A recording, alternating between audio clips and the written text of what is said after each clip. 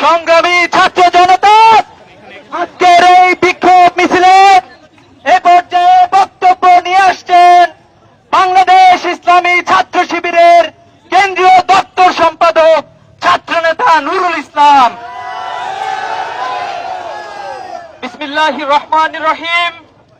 বাংলাদেশ ইসলামী ছাত্র শিবির ঢাকা মহানগর শাখার উদ্যোগে আয়োজিত ছাত্রলীগের সন্ত্রাসী বাহিনী কর্তৃক সাধারণ শিক্ষার্থীদের উপর বর্বরচিত হামলার প্রতিবাদে বিক্ষোভ মিছিল এবং সমাবেশের সংগ্রামী ছাত্র জনতা, প্রিয় দেশবাসী, সাংবাদিক বন্ধুগণ, আসসালামু আলাইকুম ওয়া রাহমাতুল্লাহ।